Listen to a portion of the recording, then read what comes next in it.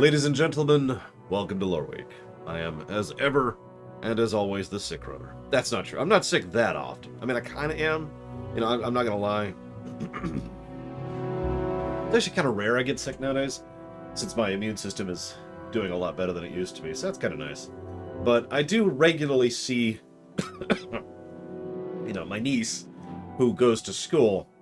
So I want you to imagine just this cloud of disease and death that follows her to school, or actually from school, because all the kids are disease factories, and then it comes back. And so periodically I do get a cold or a sniffle or whatever, and that's what I have right now. So if I need to pause to be like, that's why.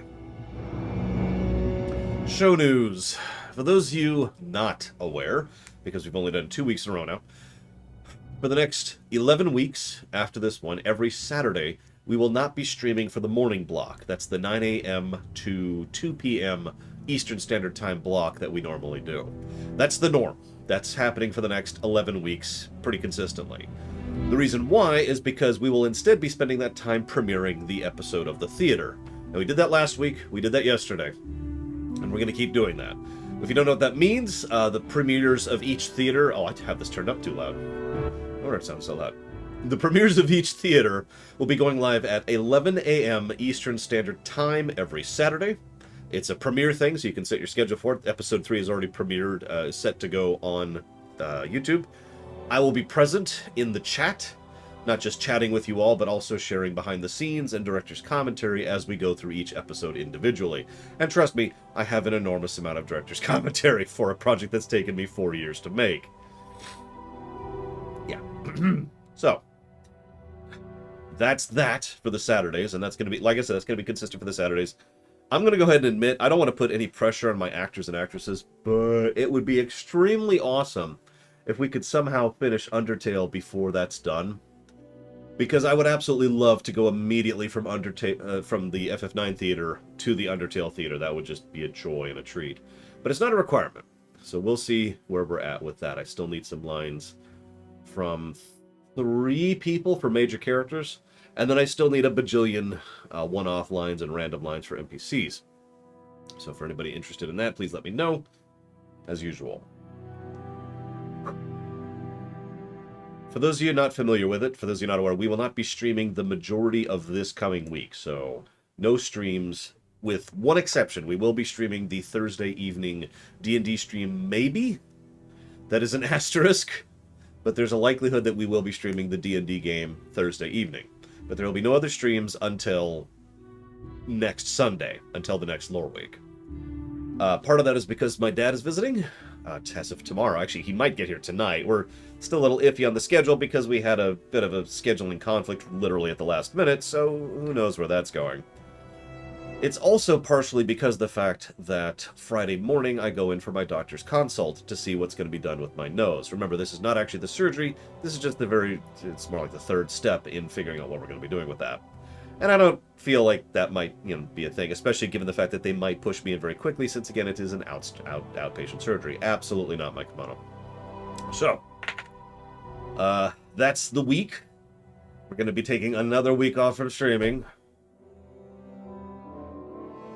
Anyways, that's actually it for show news for the moment. I will, of course, keep you up to date on everything, but there is one last thing that is irrelevant. For those of you who care, and for those of you who don't, some of you may be aware of the fact that Syledir, who is the voice actor for Steiner, has been having health issues for a while. I've been familiar with this for months at this point. I've been keeping apprised of the whole situation for a while. Now, some of you may know that last week he went into the doctor for his issues. I'm not going to share details, but he went in for the doctor. The first thing didn't go well. It didn't go great. He was able, so I'm just directly translating, this is from his brother, who's been keeping me in on the loop on things. Much thanks to him for that. And I quote, I had a quick visit with him today. He was conscious for a few minutes, so I was only able to play him 1 or 2 highlights from the stream. He was happy people liked it. This was very important to him. I've read a few comments. I hope that's okay. He sends you a princess and a hang loose. As a note, I will have to sort a few things out for my brother in future. That's why I work on his laptop. Yeah, detail. So I shared with his brother to share with him that so many of us on this side are, wishing him well, praying for him, and doing whatever we can to ensure that he gets through this. Last Monday, I got the message that his condition worsened and he was no longer responsive. The operation was successful, but there was complications and he had to be resuscitated. The doctors put him into an artificial coma, and the coma was supposed to help him recover. Friday, I got the final message, and this is the most current message I have. His condition has stabilized. They are initiating what they call the wake-up phase. This can apparently take a few days. That's it. That's the last news I have about Syledir. Fingers crossed, and well wishes, and double fingers crossed, and just we'll do this too, just to make sure that this will go well for him and that he will recover, because, well, duh. I don't know how else to put that. Duh. Really, really want him to pull through this. We will see.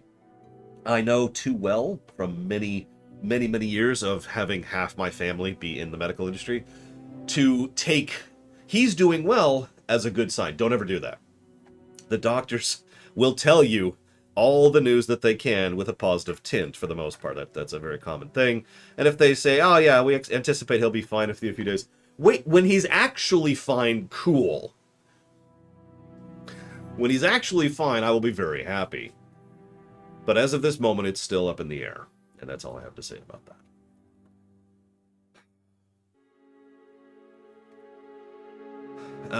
That's actually it for show news. Thank you, Fife, very much for the sub. I will put that towards New Vegas. Oh yeah, one other actually minor detail of show news. I might as well mention that here. It's completely irrelevant compared to what just talked about. Some of you may notice that the Streaminations page isn't being updated. That's kind of deliberate, as weird as that may sound. The long and the short of it is the entire program we have set up right now doesn't actually sort by Streaminations. So if you pay attention, you may notice that the Streaminations are actually on the site. They're just in medium or long or whatever, right? Because of the length of the show. Like, I bet you right now, if you check under the long list, you'll probably find Stargate in there. That's the problem. It's sorting by the length, not by the fact that it's a Streamination. And so I've already talked with Zilok, and he's going to try and figure out a way to get that extra modifier so that we can tag it by Streaminations. It is being kept up to date. I am keeping up to date. It's even on the website. It's just not on the Streaminations page. Just wanted to be nice and overt about that. Yeah, these last couple of years can just go to hell. Can we hit the reset button? Where's the Omega 13? We need to get on with this. I have very little random news, of course. That's how that's supposed to be. In fact, I only have 2 bits of random news, which you may or may not find as funny as I do. Random bit of news number 1. This isn't funny, it's just cool. PlayStation Plus is getting Hitman 2 and Overcooked, and some other games I don't know about. But I just thought I'd mention that for anybody who has PlayStation 2 Plus and wants to get those games in, because that's awesome. And you can now play those games on that service. I tend to be in favor of rental systems in general, so here's hoping. I have no idea, Zactaf. No thoughts! 0 thoughts. Yeah, I have played Overcooked many times with my niece, sister, and her husband. It's an interesting experience. And I swear I'm not making this up, but my experience actually running a kitchen at Arby's has actually been useful when it comes to that. Because when I just say, all right, Aaron, you do this, you focus on this, we tend to get through a level. Or rather, we tend to get 3 stars, which is usually our goal. The funny thing is, of the 4 of us, which one of us do you think would lose our patience the most with Overcooked? Go ahead and guess, of the 4 of us, including me. Me, niece, sister, and husband.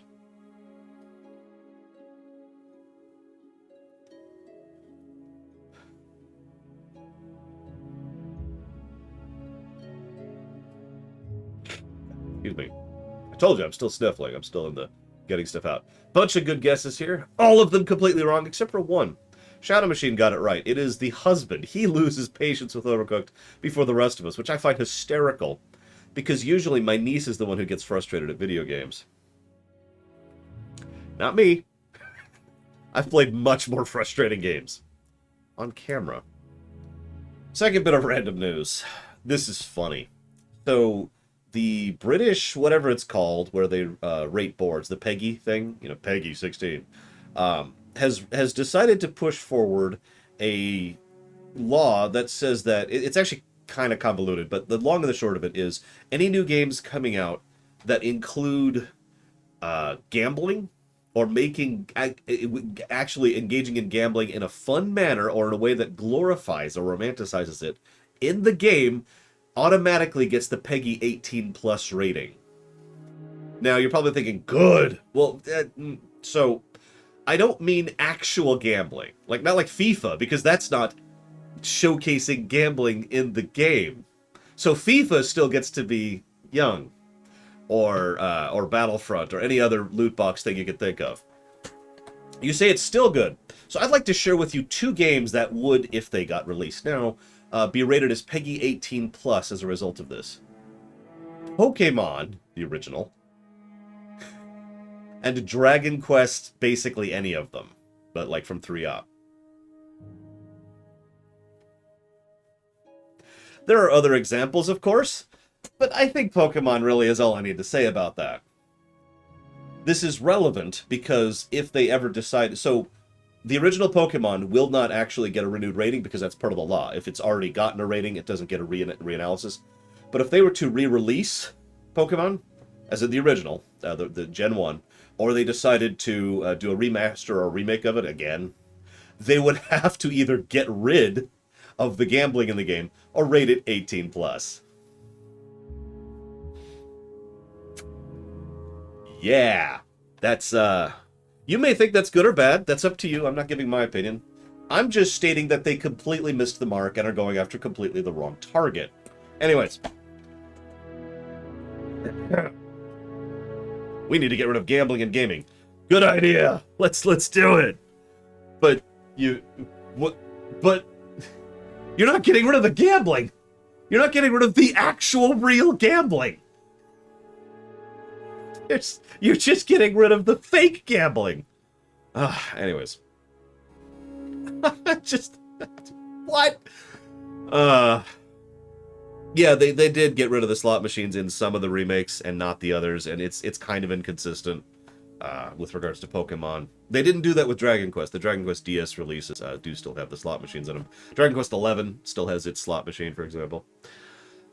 Thank you, Ciela. Very much, as always, and apparently you're giving it to Blackfile and Imperial Star Destroyer. So if the two of you know where you'd like to put that, please let me know.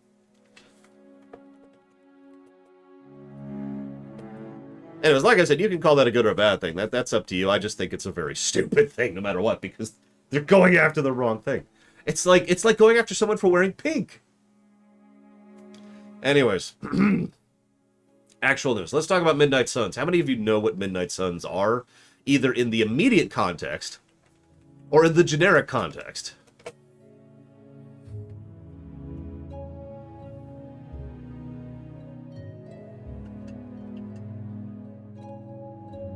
So, in the generic context, Midnight Suns was actually an old comic book series. It was in the early 90s. And it was about trying to... some of the writers really wanted to delve into the mystical side of things. For those of you not aware, there's 3 general branches of Marvel superpowers. There always has been. There's the mutant, for lack of a better way to put it. You know, X-Men and whatnot. The genetic mutations, the freaks, the accidents. Then there's the techies, you know, like Iron Man. And then there's the magic. And those 3 spikes have been pretty consistent for decades at this point. They really wanted to focus on the magic spike. They wanted teen, I guess, whatever. They really wanted to focus on the magic spike. They wanted to be like, all right, let's go into that. They had this whole story about it, yada, yada, yada. So, a few years ago, Firaxis was approached by Marvel. Yes, really. By every interview I've read, this is actually what happened. Firaxis was approached by Marvel, and Marvel said, hey, we loved XCOM 2. Make a Marvel game that's XCOM 2.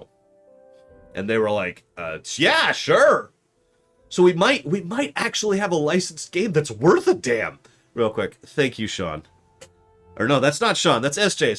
Sorry, Sean, you don't get any thanks. Screw you. But thank you, SJ, very, very much.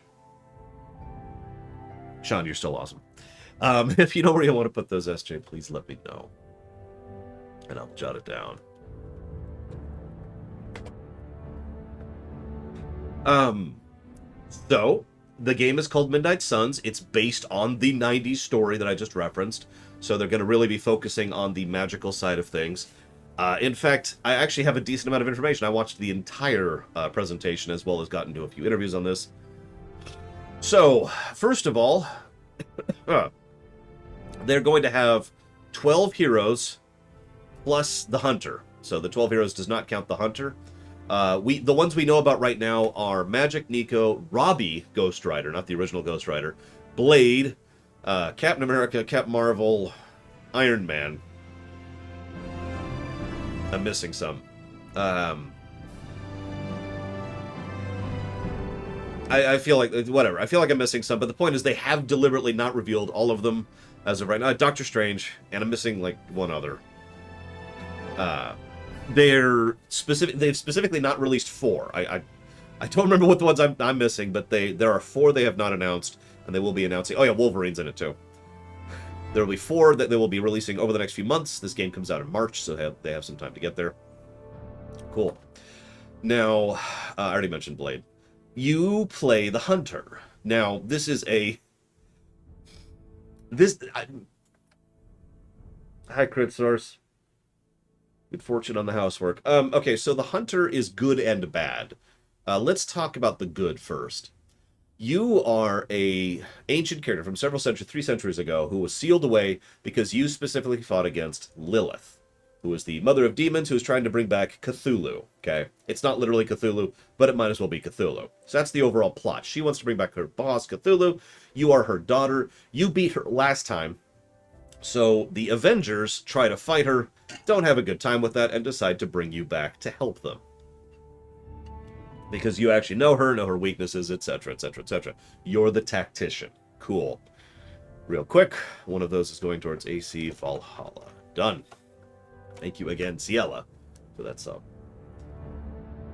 Now, damn it, Sean! No! I said you were awesome. You don't have to prove it. So hang on. That's the good. There's actually a logic to this, because what this allows them to do is to have a character that is customizable. It allows them to make... it allows them to add more RPG elements to you, because you can actually adjust your build, too. You can't adjust your build for Doctor Strange or Wolverine. Wolverine has claws. That's just kind of how that is, right? But you can adjust your build because you're whatever. And that's the good part of this.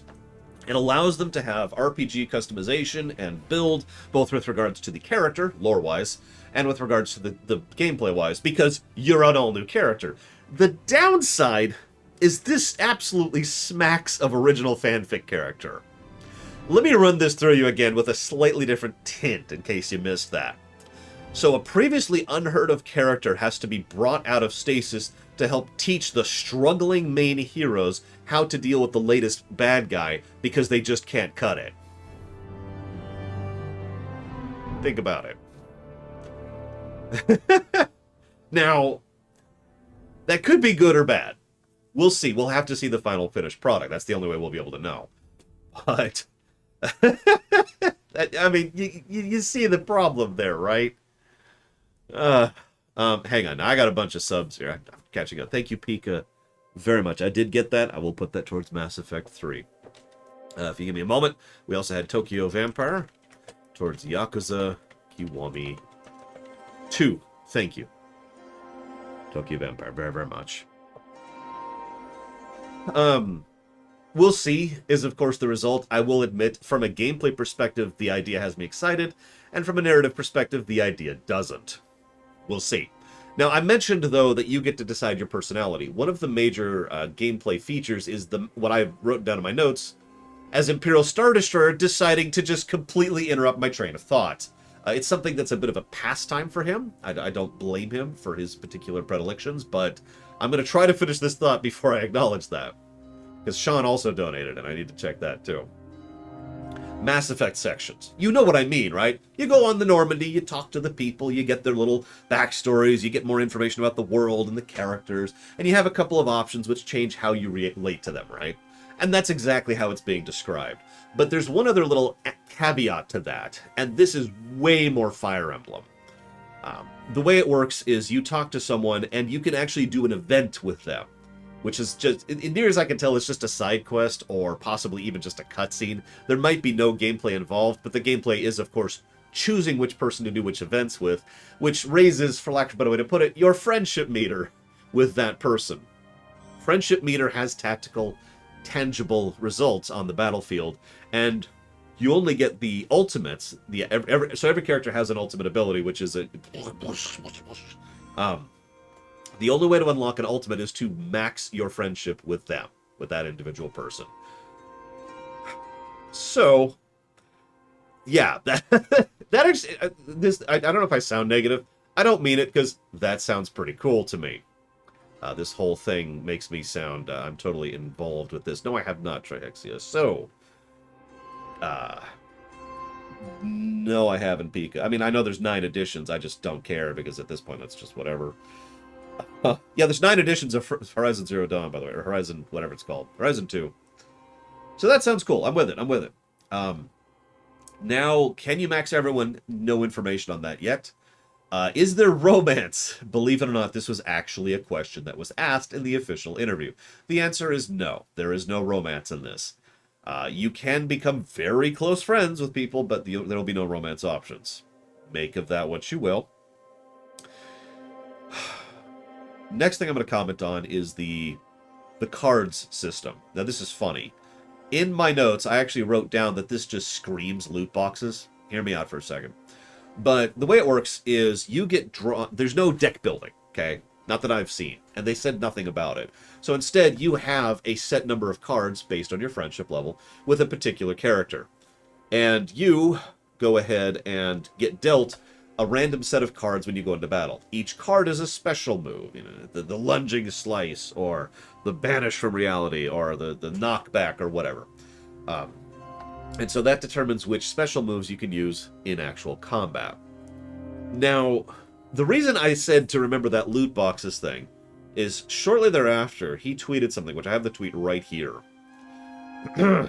This is funny. Hey folks, regarding our battle card system, there are no loot boxes in Marvel's Midnight Suns or related microtransactions to get cards, i.e. gamma coils. Cool! He then immediately goes on to say, we will have purely cosmetic character skins for purchase that in no way affect gameplay balance in any way.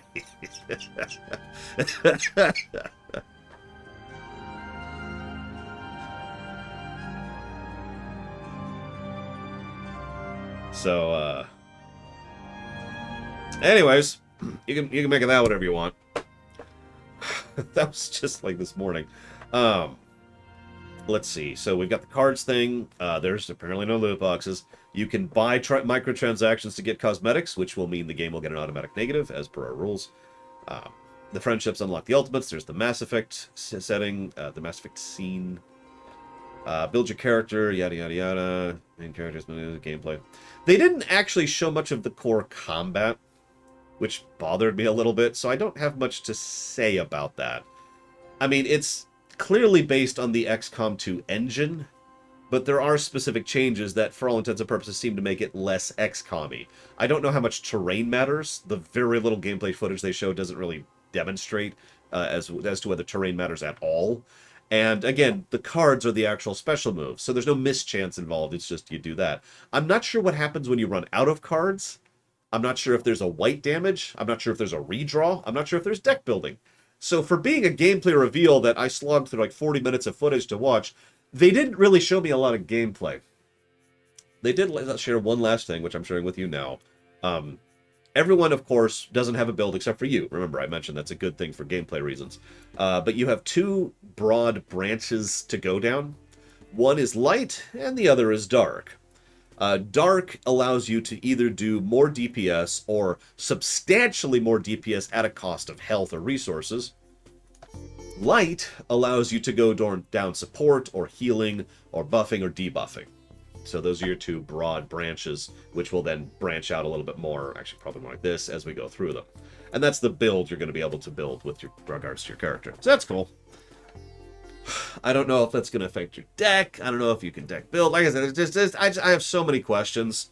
This could be a really awesome game. Legit. And I would be lying if I said I wasn't excited for it. But there's so many asterisks and caveats attached to this that I will also admit that I am very hesitant.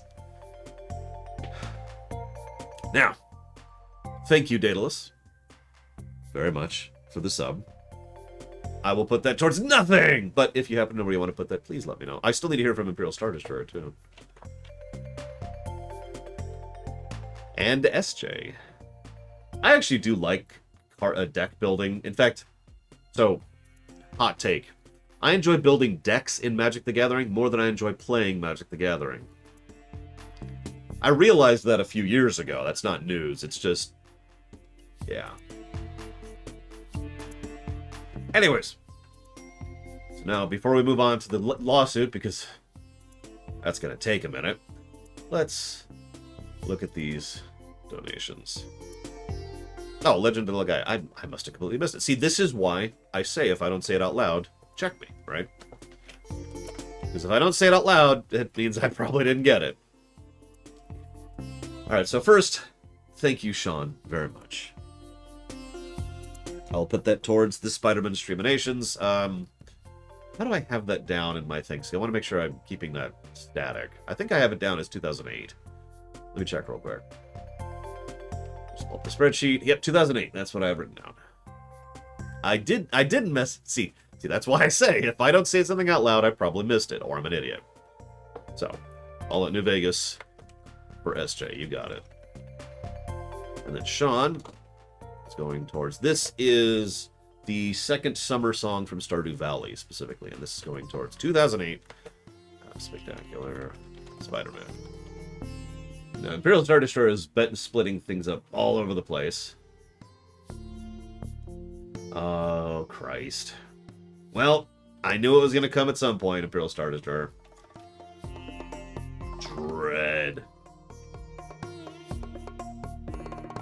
Grim Fandango, you got it. So that would be about this much, because I know exactly how long I paused. So we'll just estimate that it's that much, and so done, Daedalus. Thank you again. No, there's a value in it. You're right. You are right, Imperial Star Destroyer. I will try to whine as little as I can, assuming that gets funded. I will. So hang on, so that's 1, 2, 3, 4, 5. That's all I can promise. As little whining as I can manage. I promise nothing else. Give me a moment. Let me make sure I can get all these down here. 2, 3, 4, 5. And that's going towards Legend of the Gaia, which I think is getting close. It's a really long game. That's why it's been just kind of inching up there. Mega Man Legends 1, Mega Man Legends 2, Avatar: The Last Airbender, Little Felix. This Adventures of Trombone, and Avatar: The Last Airbender, which I've actually already checked. It's 23-hour things. I already know what to slot that in as, because I figured someone would put towards it. Excuse me. New Vegas should be under Lore's list, Act. I'm pretty sure, because that's one of my wish lists for a game to stream. Okay, we're caught up. Now we get to talk about lawsuits. Now, I'm going to try really hard not to let my opinion drip into this, but I'm going to fail at that, so just as a heads up. So it is my opinion that S.A. Ross is awesome. No, I said I wouldn't. I said I wouldn't. I'm sorry. It is a fact that S.A. Ross is awesome. Thank you, S.A. Ross, as always. Very, very much appreciate. If you know where you want that to go, yada, yada, yada, yada.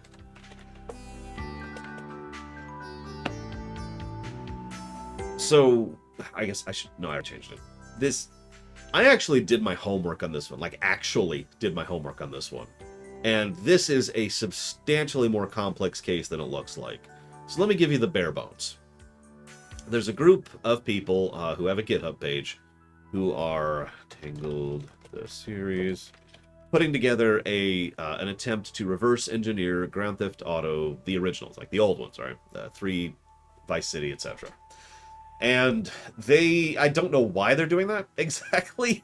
There are And I say that, obviously they say that they're doing it for the purpose of modding, or for the purpose of messing with it or making it portable, playable, ported to modern systems. That's the stated reasoning.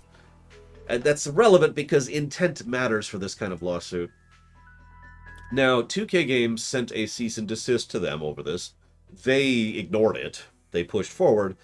And so now 2K Games has listed an actual lawsuit against them. Now, the first thing we need to mention, and because this is important for these kind of things, is 2K Games is basing this lawsuit in California. The reason that's relevant is because that means for the purposes of this suit, California law and the greater United States law are the things that will be mattering. Is it 2K? God, I don't know. I don't know which is which. Hang on, is it 2K or Take-Two? I get those two so confused. Here we go. Apparently it's Take-Two. My bad, not 2K. My bad. Take-Two. There we go. Legitimately, those two companies are the same company in my brain. And that's why I'm like, Yeah, I was gonna say, aren't they literally the same game? Hang on, let's look this up right now. Let's look this up. Because I think they are actually the same company. Give me a moment. I'm right. I'm right. Take-Two owns 2K. 2K is a subsidiary under Take-Two. You're just making me confused here for more reasons. Anyways, it is specifically Take-Two who is lobbying the lawsuit. It doesn't matter, though, because what matters is where they're lobbying it, which is in California. That means California law applies, which is the only reason that the modders have any kind of a case at all, to be blunt. Now, you might think, well, why would they do that there? Well, they kind of have to. Legally speaking, you can't just decide, I'm going to sue you in Timbuktu. They have to establish a strong legal precedence for the case being told within the specific district. In this case, it's actually the 9th district of the California courts. So they have to sit down and say, okay, we can do it here. And based on the fact that they didn't decide to try and lobby this outside of the states or outside of California, it means they probably couldn't actually come up with sufficient legal binding to do so in anywhere else. So they're stuck in California. Cool. Now, they're alleging that their allegement is that the modders have willfully and knowingly, that's important, we'll come back to that later, decided to infringe on their exclusive copyright owner rights, and decided to maliciously, again, important, redistribute the code for those games, which is deliberately taking away from the market share of Take-Two and reducing the possible income that they could make off of their products and IP. So pretty much, that's a bit of legalese, but what it means is they're going as hard as they possibly can on this. There is no legal definition for a copyright strike or a copyright infringement that is more severe than the one that they are alleging to these modders. Okay. Now, their suit, which I've actually read, has a lot of legalese, but what it boils down to is that they insist repeatedly, over and over and over, that the modders, again, are knowing, willing, and malicious. Now, there are a couple of reasons for that being significant. The first is that changes the law a bit.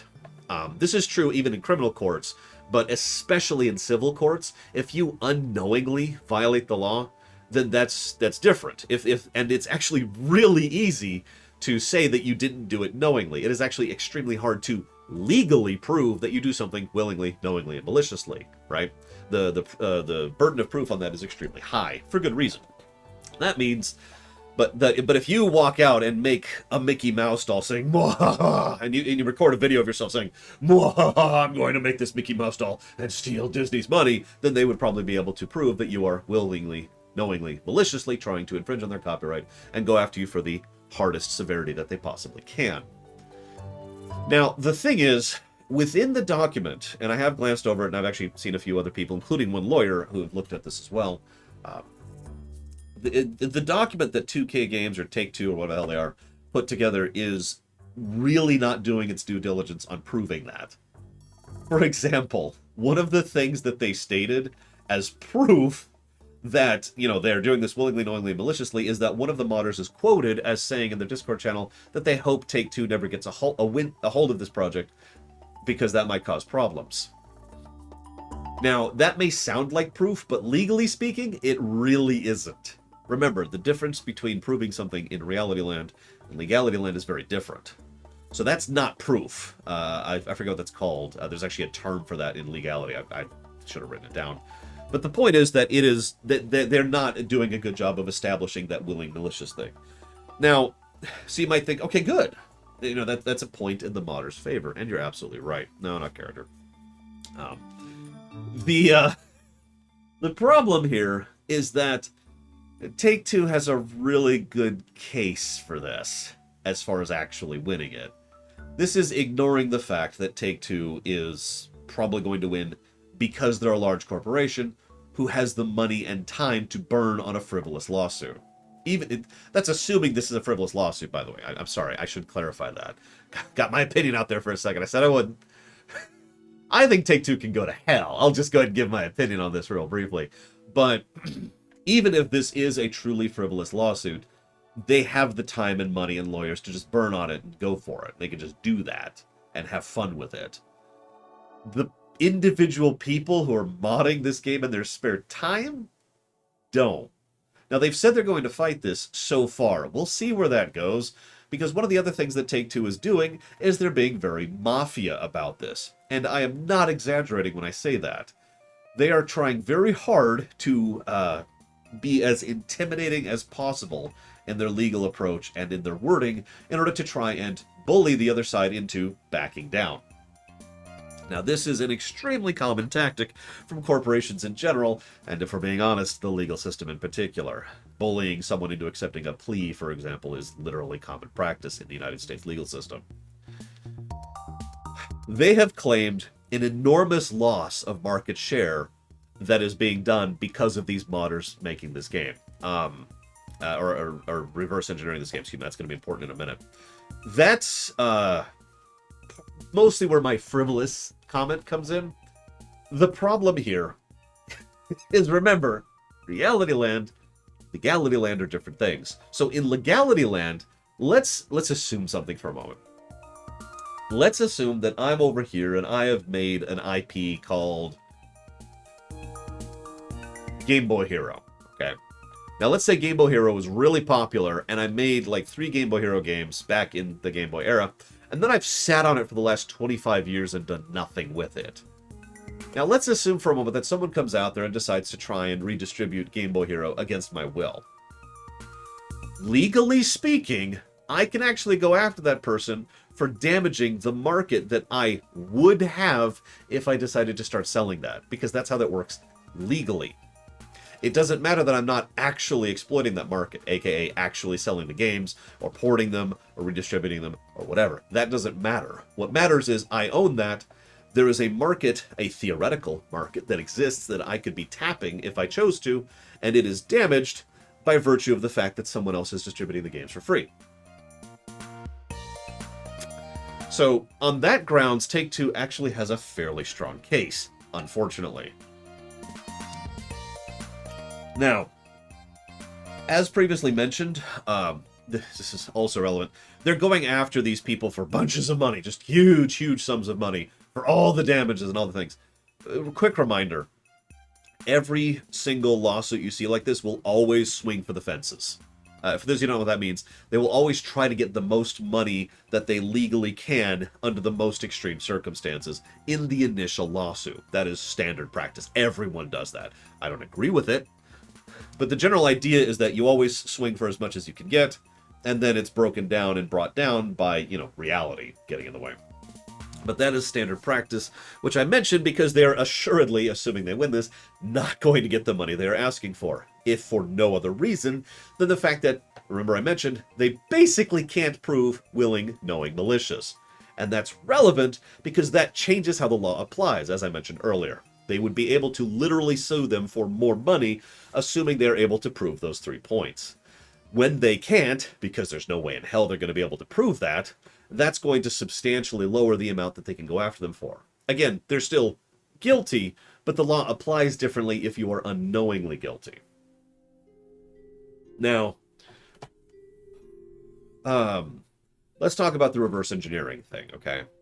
Now, this is just... oh, God, this is actually really getting into the weeds. I spent, I want to say, like 40 minutes just researching this to really be able to talk about it. And I'm not sure I'm going to be able to summarize this properly, so bear with me, okay? Reverse engineering is a complex topic, but it boils down to the purpose and the specifics of research. So what you're doing it for and what you are specifically reverse engineering, okay? This doesn't just apply to code. This applies in general. You know, if you pull apart a microwave and try to make your own microwave from looking at that existing microwave, right? That's it still applies in the same general way. Now, the thing is, reverse engineering is allowed under United States copyright law because, this amuses me, the original purpose of copyright law is to encourage creativity and multiple people doing multiple things and branching out and mutations and yada, yada, yada. In other words, and I do agree with this philosophically, the original idea behind copyright law as written here in the States is to encourage as many people to be able to do as much as they can with as much as they can. You may or may not remember, this is something we've talked about before, because, you know, for example, I've asked you the specific question, what if Star Wars was public domain right now? Would you like that, yes or no? Because that's the original intent of copyright law, as I've described several times. Now, for the record, I also would be in favor of that, by the way, because the way it works, or the way it was intended to work, is you get exclusive rights for X period of time, so you get to profit from it exclusively, then it goes public. You could keep making stuff from it, but now other people can legally. That was the original intent of copyright, and it is an intent that I philosophically agree with. After all, I'm pretty sure there'd be plenty of people who would still be buying the Lucasfilm Star Wars stuff, because it's the Lucasfilm Star Wars stuff, right? Now, this is just theory and philosophy, but I'm getting ahead of myself. The point being, that mentality is why courts have repeatedly voted in favor of reverse engineering being a legally protected act, because they want to encourage people to look at something and take and make something new out of it. That's the core goal, right? Now, you can already see the problem here. The problem is Eclectic, who is just pure insanity, just boiling out of his head. And I'm going to ignore that for just a second, Eclectic. I'm sorry, I really don't want to lose my train of thought here, because this is very complex. And I've already lost my train of thought. Screw it. Thank you, Eclectic, very much. I appreciate the donuts. As always and ever. If you give me a moment, I'll jot those down for Okami.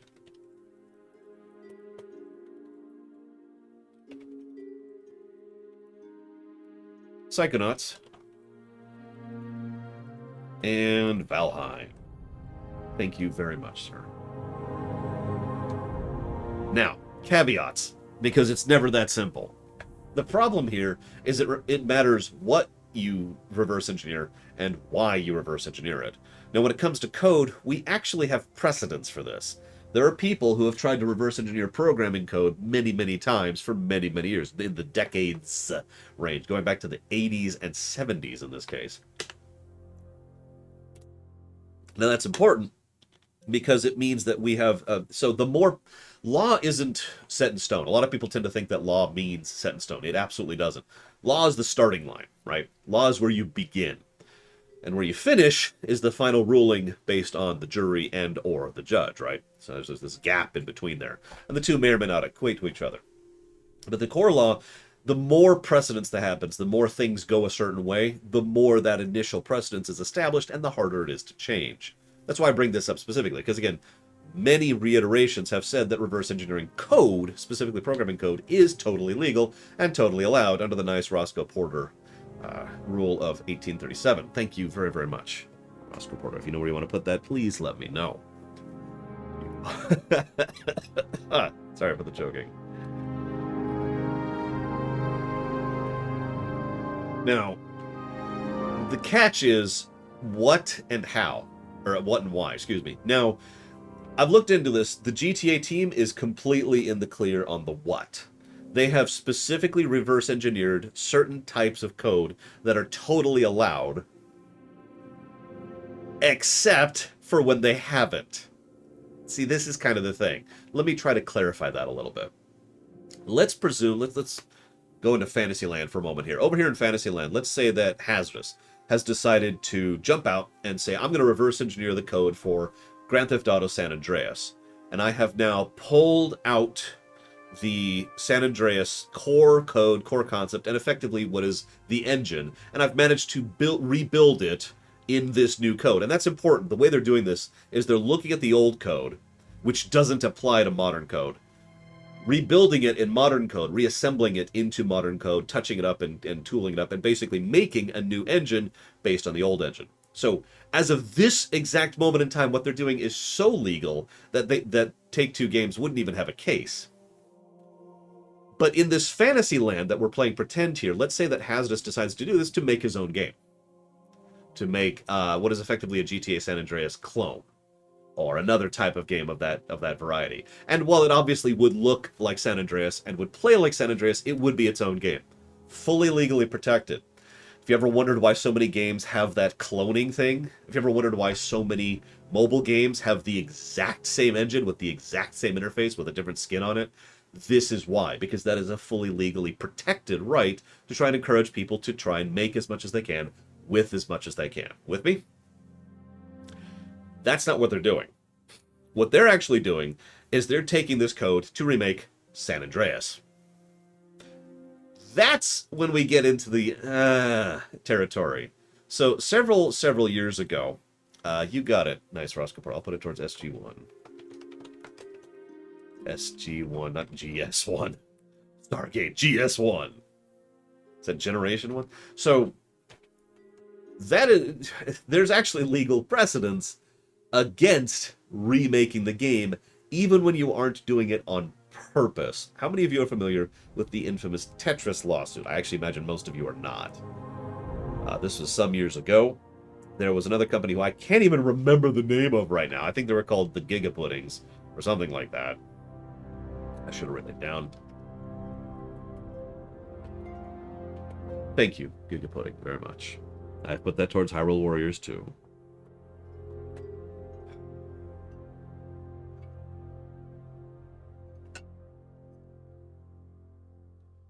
I'm guessing none of you have heard of this case. It's actually not a particularly well-known case outside of legal circles. It boils down to the fact that there was this other company which was trying to make their own game based on the Tetris concept. They were fully legal in how they made the game, and they were fully legal in how they developed it. And they made the game, and Tetris sued them. The Tetris holding company sued them, and won. The reason why is because the new game was found to be too similar to the old game. And thus the content, which remember is not legally protected for reverse engineering, was found to be too identical and too derivative of the original. And this is despite the fact that there is repeated legal evidence that they were not doing that on purpose. Now that's important, because they were found guilty of not maliciously and not deliberately doing that, and they were still found guilty despite the fact that they effectively unintentionally cloned Tetris.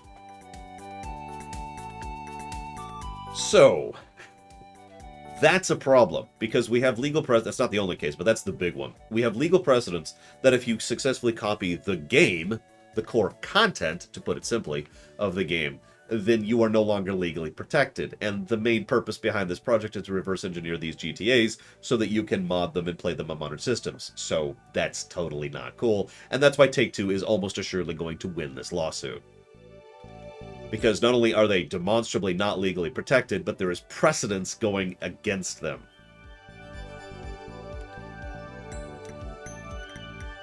So that's cool. There's other layers to this. There's other problems associated with this. I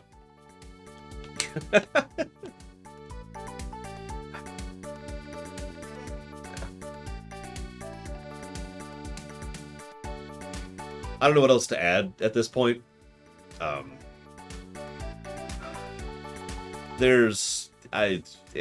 think we're at the point where the only thing I could continue talking about is opinion. So I think I'm just going to go ahead and stop there.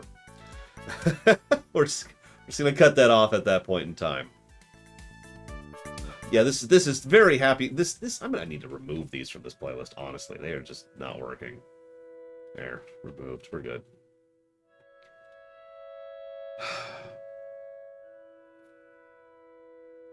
Yeah, actually, you know what? I do have one thing to add that has nothing to do with opinion. Can large media outlets stop reporting on this crap?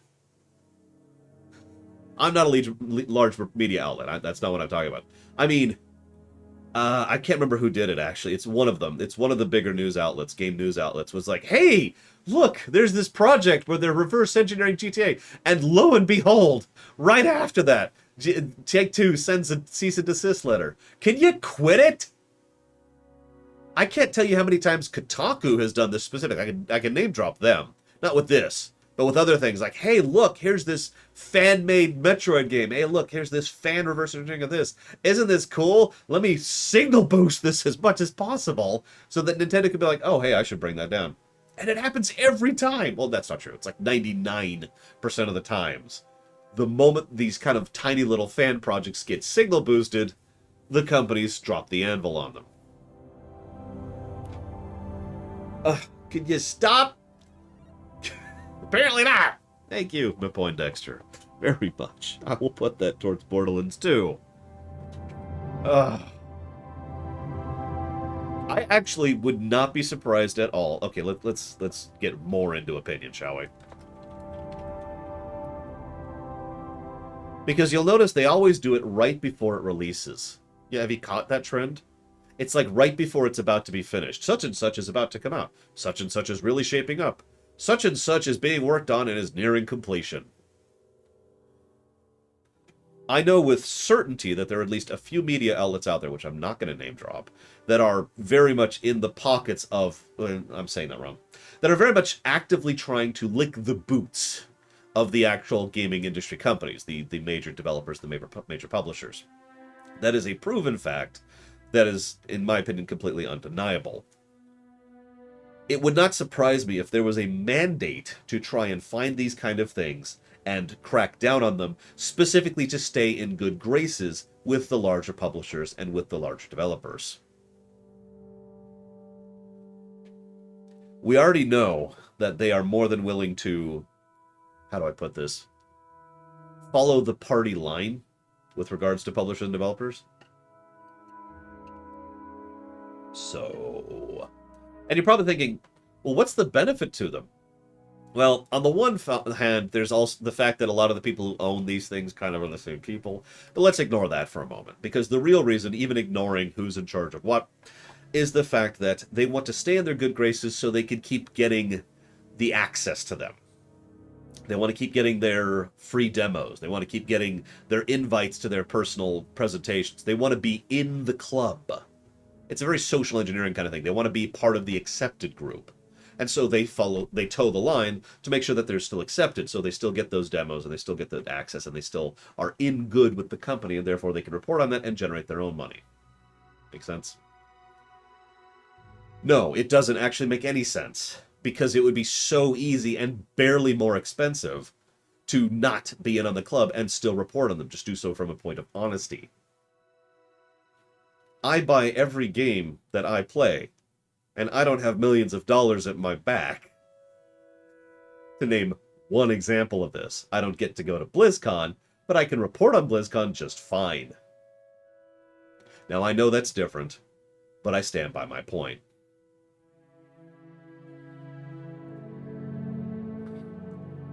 So how similar...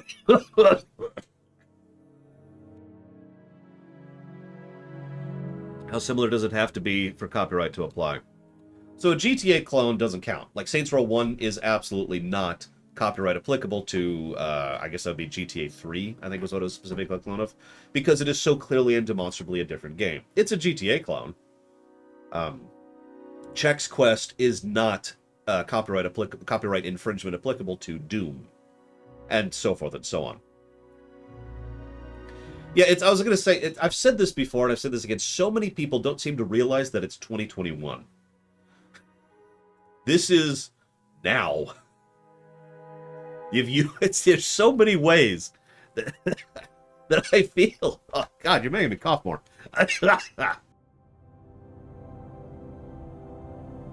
There are so many ways that are faster and more reliable and proven to be more effective to get information than physically going to someone's office and saying, hey, but only because you're accepted and only because you have the invite and it's going to take plane trip and all that. You could just be like, hey, yeah, I'd like to interview about this. You want to hop into a Zoom call with me? Cool. Hey, so can you tell me about your new game, please? I was hoping to ask these 5 questions I've prepped for this game.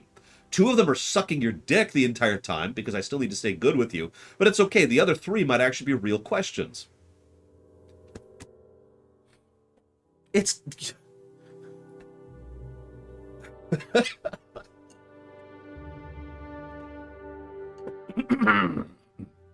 Even the interview that I just watched about Midnight Suns had that problem I just referenced, by the way. At least the first couple of bits, the first couple of questions were, oh my God, you're so amazing, Senpai. Oh, I can't believe I'm so excited. Your game is so amazing. And you put out such incredible things. Please tell me everything about it. Oh, yeah. And it was like, I think it was the first 2 questions in that specific interview. And I'm just sitting there like, come on. Come on. And then finally they started asking actual questions like, okay, thank you. Do we get some actual information about this other than the fact that you're apparently amazing? I get it. The whole so hear me out for a second. The whole reason that they do that is because Jinkamio. If it wasn't for him, oh, he's up here. If it wasn't for him, we wouldn't have that problem. But since we do have that problem, they do that because they want to stay in good with them, because they want to get that interview, because they want the person to pick up the phone, because they want them to do the Zoom call and give them the interview. Here's the catch. Like most people, the games media side of things either doesn't care or doesn't seem to realize that the power is on their side of the equation, not the publishers and developers. If they don't get interviews, if they don't get access, if they don't get behind the scenes, then they don't report on it, which means much less signal boosting, much less free marketing, and the publishers and developers have a much smaller market share as a direct consequence. I shouldn't say much. They have a smaller market share as a direct consequence. This is basic level office politics. So the interviewer should absolutely be able to say, hey, and their response should be, and if they decide to knock them out, okay, well, we just won't cover your stuff anymore until you decide to interview with us again. Play hardball. Grab your purse, rip your balls out of it, and smack them back on. I'm sorry. It's just so stupid. This is so stupid. It's also worth noting, you don't have to constantly lick their boots in order to be in good. If you wanted to go that route, if you decided to argue that, no, we really need these interviews and we really need this. So, okay, there's an in-between between you suck and you're terrible and, oh God, please let me clean the underside of your boots with my tongue. There's an in-between there, right? You could just show up and be like, all right, listen. We've been hearing some bad stuff coming out of your company lately. And what we want to know is how much of that have you been seeing and how much of that has been influencing the development of the Wii Outs game that's coming out in next year. Right? Just approach it smoothly, add a little diplomacy there, sound a little sympathetic while you're doing it, and just kind of in-between it, rather than being like, you dumb and you suck and you are personally responsible for Hitler. Or, oh, you make so much amazing, wonderful stuff, and you just, I remember growing up playing your games. They were so fun. They were so amazing. How many of you heard this? How many of you have heard interviewers pull that line I just did? I remember playing your old games, and I had so much fun, and then insert a specific example to prove that they actually aren't making it up. You know, it's Mega Man. I remember, God, I could never get that one last heart tank in Sting Chameleon stage. You know, it was so difficult to get. I could never finally manage it. It was so, and then usually the other person's like, oh yeah, no, it's okay. I understand. I had a problem getting that heart tank too. Yeah, and they just have a nice little laugh about how amazing they are. butter them up first. Gotta really shine those boots. Quit it. Not you. You're fine. It's just. Ugh.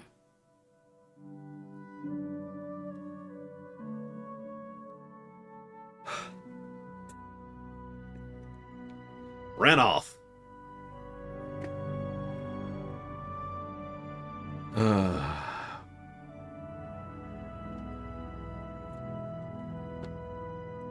Anyways, that's all I got to say about that. I don't know how we drifted. How did we drift into this from Take-Two Games? We drifted into this direction from something. Where did this come from? We're talking about copyright law and GTA clones. God, I don't remember the segue. What was the segue? Oh, right. The mods, right, because the media... You see why I do think this is deliberate? Have I established my point? Legitimate question. And you don't have to believe me. I could be wrong. I don't know. But I do legitimately think this is a deliberate and calculated effort by a large number of corporations who have the essential mandate to do so. It wouldn't even surprise me if they're not open about it. No, seriously, hear me out for a second. Imagine that you're a news journalist. Imagine you're Ultima Cloud, who's just donated for FF14 Endwalker. Thank you very, very much. And imagine that your boss says, hey, if you see anything like a fan mod or like a reverse engineering project or any kind of like attempt to make a custom version or something of like an older video game, could you do me a favor and just put that towards the top of your priority list? Yeah, sure, boss. And that's all they have to say.